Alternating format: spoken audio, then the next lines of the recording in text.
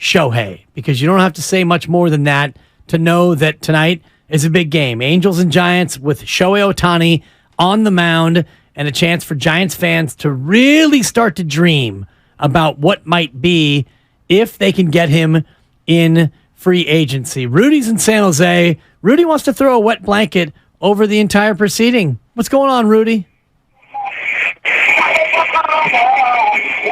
Rudy, what's going on? You're on 95.7 The Game. No introduction. Oh, Rudy's gone. I don't even know what he's listening to, but it Change the channel. Yeah, exactly. Don't touch that dial, Rudy. I think Rudy was going to say, and you can respond to this, and if Lucas wants to speak for Rudy, he can, but the comment was, Giants aren't going to get Shohei Ohtani anyway, so why bother? And I'm more of that camp than I am of the belief that the Giants are going to get Shohei Ohtani, but I think that at this point, you got to at least give Farhan Zaidi a shot to go out there and give it his best. No, and he definitely will. And in that same article, Pavlovich talked about, really the basis of the article was that the Giants were very interested in Ohtani when he was available via trade, much to a lot of Giants fans' chagrin. Same way they were interested in Soto. And now that he's going to be a free agent, just like all the other teams in Major League Baseball, they will be interested in Shohei. And because they're a West Coast team, we feel like they got a shot. And, when I did the show with Willard a couple weeks back, he's a bit of a salesman, Dibs, because by the end of that week, he had me convinced that maybe the Giants have a shot, right? And by way of the Giants being competitive and making the playoffs, I think that they do. But is that enough, right? Is the fact that the Giants make the playoffs, is that enough to believe that Shohei can compete for World Series and championships? Because basically, if you're overachieving with a roster that's not really going to be able to protect Shohei, does he care? And that's where I've started to move, unfortunately, because when you look at this roster and you look at Shohei wanting to compete at the highest level, if you just have this roster right now, and yes, you would assume that the rookies would get better next year. Hopefully no sophomore slumps. I think you can only have a sophomore slump if it really balled out the first year. So I don't think anybody's balled out enough to have a sophomore slump unless you're maybe Patrick Bailey or somebody like that. So these guys, even if they take a step, if one of them takes two, would Shohei look and say, as presently constructed, this situation is that much better than the Angels situation, who, oh, by the way, still have Mike Trout, and who we also talked to Matt Scourgeon, who does the play-by-play for them as well. They've taken swings. They've just missed. They got Giolito. They've taken swings, and it just hasn't worked out. They got Rendon. So if you look on paper by itself and not based on how the team has actually performed, Shohei would say, why would I leave the Angels for the Giants just based on names, right? Not how they're performing, just based on names. And that's what's starting to worry me. You're looking at a lot of rookies here that Shohei's just going to assume that they're going to take the next step, and a Michael Conforto and a Wilmer Flores, and that's what we're doing, and I'm going to sign for 10 years there. So I think it's more faith in upper management and the manager Gabe Kapler as much as it would be about the young core. If it's Bailey and Schmidt, Matos and Luciano and Elliot Ramos, who just got called up today, and he'll be in uniform down in Anaheim. If you like what you see from them, that's one piece of it, but I think it's more about Farhan Zaidi's vision and Gabe Kapler and how he runs the team and the other veterans on the squad. And then I do believe it's partly the city that he would be coming to, and this is what Kruk and Kipe had said earlier when I played that cut, and Mark tends to disagree with the nature of the city and what role that would play in Shohei Ohtani's decision, because ultimately Ohtani's only about baseball and sleep, according to sources. He wants to sleep, he wants to eat healthy, and he wants to go out there and ply his trade. So if that's all true, then it really is more about baseball than it is about the actual city itself. But I think if Shohei Ohtani is going to look at a team, yes, you're going to look at the players, but like you said, Alan, if you're going to sign on for 10 years, it's hard to say exactly what that team will look like in 2 years, 5 years, let alone at the end of your career. So, yeah, I mean, it becomes more complex to me than looking at the roster and saying, oh, the Giants are good. I'll go there. It has to be about more than the farm. It has to be about the construct of management and ownership and what you believe they're going to do to compete every single year. And I would say, and I think a lot of people would have been upset about this, Dibs, but now I'm thinking, would it have been worth if right now that farm system for the Giants are hot, would it have been worth going out and getting somebody and maybe losing some of that star power while it's hot? Because of a farm system that's hot one year doesn't mean it's going to be hot forever. Would it have been worth to go out and get somebody just so Shohei could see, okay, they're building something? Because a bunch of prospects means nothing. And now we're in the same spot that I feel like the Giants were in with Aaron Judge, where it's, okay, you're not just going to drop Aaron Judge into this lineup and compete for a championship. You have to make other moves. So now, for the first time this week, we're going to take a look real quick here, Dibs, at the free agent for 2023-2024, because the Giants have money to spend. You got a Whit Merrifield at second base, and I love Thairo Estrada. You got to stay on the field. You got Adam Frazier, Joey Votto, Reese Hoskins, Max Muncy. Maybe we could finally get him to stop beating the Giants by getting him. He has a club option. Third base, Matt Chapman, Justin Turner, Josh Donaldson, a couple different guys. Shortstop, Dibs, you ready for this?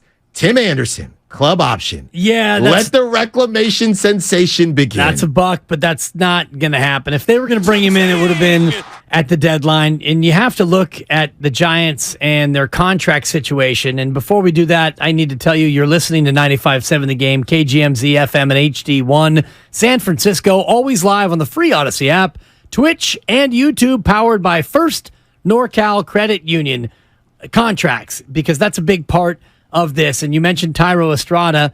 Well, he is entering into arbitration. So you've got him under some team control. So Thairo Estrada, you got 2 years of arbitration before he even becomes a free agent. So you're not going to toy around with second base. Shortstop is interesting, but you've got Marco Luciano or Casey Schmidt as the heirs apparent. So even though Brandon Crawford likely will be done, maybe his career is over, maybe just his Giants tenure is over, but you've got guys who are going to come up and play that spot. J.D. Davis, arbitration eligible next year. You've got Michael Conforto, already signed for $18 million. Mitch Haniger signed for $20 million. These are sunk costs where you're not going to get off those players to bring somebody else in free agent. Lamont Wade Jr., he's got arbitration for the first of 2 years coming up next year, so you're going to keep him really one of the only spots in terms of the batting order, because you got Patrick Bailey and you got Luis Matos, and I think Mike Yastrzemski, he's got 2 years of arbitration coming up as well. Farhan Zaidi has got a lot of this roster under some control in terms of arbitration at the very least. So I think free agent wise, you're really going to be shopping for pitchers again, and maybe a left-hand hitting DH if Jock Peterson leaves. Well, then we should stop talking about Shohei. Because Shohei is not going to, what you just named off, yeah, cool. The Giants have control. Would anybody else want control? And I'm not trying to talk bad on the roster. Pretty glib right now. Well, I'm just saying, would Shohei come to this roster?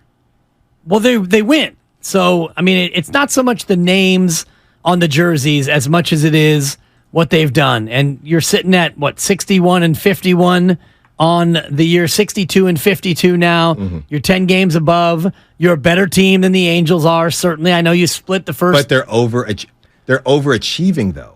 Barely. If you look at their run differential, their expectation would be 60-54. So you're only 2 games better than what your run differential would think you should be. And I don't know if you could say they're overachieving after 114 games. You are what your record says you are. And you found a way through better defense and an elite bullpen to win a lot of tight ball games. And you're a playoff team, and the Angels aren't. No, they're not, but it's not just the Angels, right? I think we have to wait for this to play off to see what other teams do, right? I mean, we feel like it's going to be, the bottom line is if he wants to go to the best team, we are wasting our breath because he's going to the Dodgers. Right? Can we just, let's just eliminate the Dodgers for this exercise.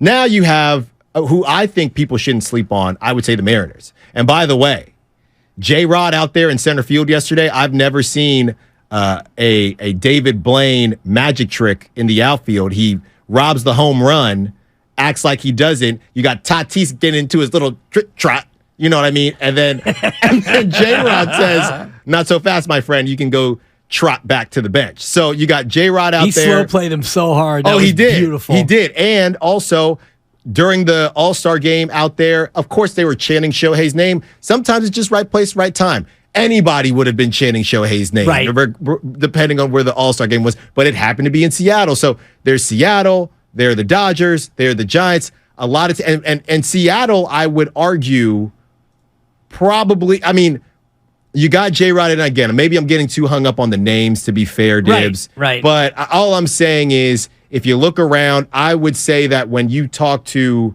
the rest of the league and people around the league, the idea is that Farhan's at it again, winning more than he should, even if your run differential and certain numbers say that he should be winning this much. That's all I'm saying. But at some point, winning more than he should has got to be put to rest, because they won 107. And last year, even though they had a down year, they were still a 500 ball club, and they were right in the mix for a playoff race most of the way into mid-September. So, and this year you're 10 games above again. So maybe this is the team that you probably should have been last year and would have been 2 years ago. So at what point do you have to tip your cap and realize that this is the team that they really are? No, that's fine. But I would say that this new regime, Farhan and Kapler, you have to make a run in the playoffs. You don't have to win the whole thing, but you can't get bounced in the first round you play, whether they win the NL West, you know what I mean, and get to skip the wild card round, whatever it is. You can't get bounced the first round, because then it's just going to turn into you are just a good regular. But that's where Farhan comes from. Moneyball. That's where this all comes from. It all comes back to the A's, and it all comes back to Brad Pitt. That's where it all comes back down to. No, I'm with you. Moneyball.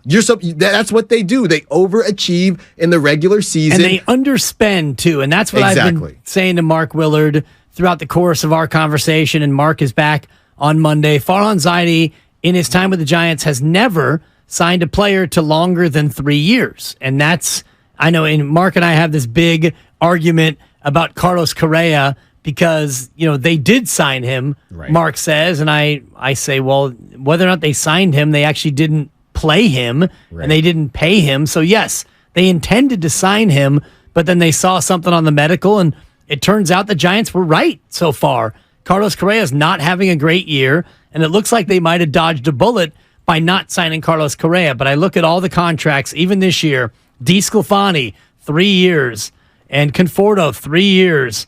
Haniger is 2, and all the rest of them are all 2s and 1s and arbitration. And that's kind of the Moneyball model, where you use a player as long as you can when you've got them on the cheap.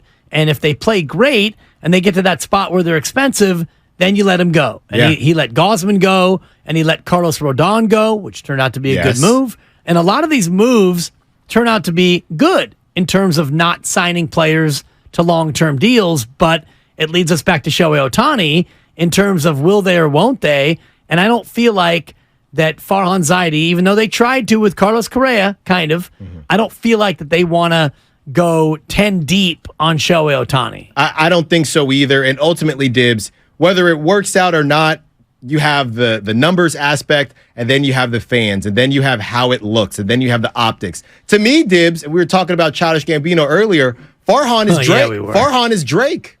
Farhan is Drizzy. He's a rapper, right? Commitment issues. You know what I mean? I can't be in one spot for too long. I can't have them on the team for too long. Got to get them out of here. Thank you for your service. Hey, thank you. Thank you next. That was Drake, right? Come on, man.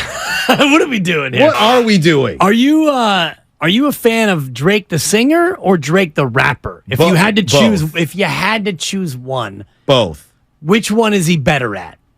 I like Drake the singer. Okay, I do too. But I do like both. You know what I mean? Yeah, I mean he's one of the greatest to ever do it in terms of record sales and all the rest of it. This was, and we'll get back to Shohei Ohtani momentarily. And your call is 888-957-9570. Do the Giants even have a shot, or are Allen and I just wasting our time here talking about the dream of Shohei Ohtani being a Giant?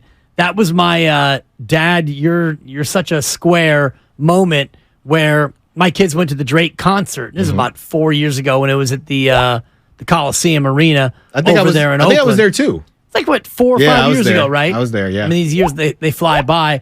I didn't feel great about sending them, and I think at the time they were 16 and 14, and so I kind of wanted to, not to be there with them, sure, but to be there just in case, they need whatever. Yeah. And so I drove them down there, and immediately I parked the car, and pew! Those two were gone, and Dad got his own ticket. Okay, so you're there by yourself. Well, because Dad got a freebie because he knows people. Oh, my goodness. And the kids had bought their own seats. They're on the other side of the arena, and I'm across the way. And, cloudy inside that arena. Yeah. Good God. Yeah, Carl the Fog. Yeah, you want to call him Carl. Carl's one way to put it. Yeah. Yeah, thank you. Migos on the undercard I thought was very entertaining. Well, yes, and man, did I embarrass my kids. And then they blow up because Drake is basically, shout out, somebody won the lotto last night, so shout out to them. Florida, shout out to them. California got the last one. So the thing about the same people, I'm not saying they're the same people, but the same people that the contrarian, I don't like summer, I prefer the fall, sure, right? Those people, those are also the people that can't stand Drake. Right. And, he's this, he's that. The bottom line is the guy makes good music. The thing is, we're in Dibs, positionless sports, right? Positionless football. Thank you. Positionless basketball, positionless baseball. It's positionless music, genreless music. Post Malone is a rapper one album, and he's a folk singer the next. Drake, I'm not going to say he revolutionized that, but Drake was a big part of that. A lot of people sleep on Nelly, though. Nelly, to me, was the one guy who he did rap. And he did. He's the guy with the Band-Aid, right? Come on, man. Is this bit gonna go? We got two more days of this bit. 2 more hours, 2 more days. From Rip Cougar Rebel on the YouTube feed, Drake is overrated. That's fine. There you go. People are gonna weigh in. But let's not pretend like Drake isn't that guy. It might not be your cup of tea. Sure. But this idea that you were saying something about the Band-Aid guy from St. Louis. Yeah, He's St. Louis. Nelly put out, I believe it was an an album years ago. It was a 2-sided album because Nelly always did the I like it when you, and he was like kind of singing and rapping at the same time. At the same time, anyway. No, I like it. And then he comes out and he put out an album, 2 albums, Sweat and Suit, and one he was singing and one he was rapping. Gotcha. So don't forget Nelly when we talk about the rapper singers. I do forget Nelly. I didn't know that he had the singing in. Yeah. I just remember his no auto-tune. It was a song about it was hot. It was hot somewhere. I think it was hot in here with a bunch of R's in there too. My goodness. This is a great bit. I think we're going to keep this one going.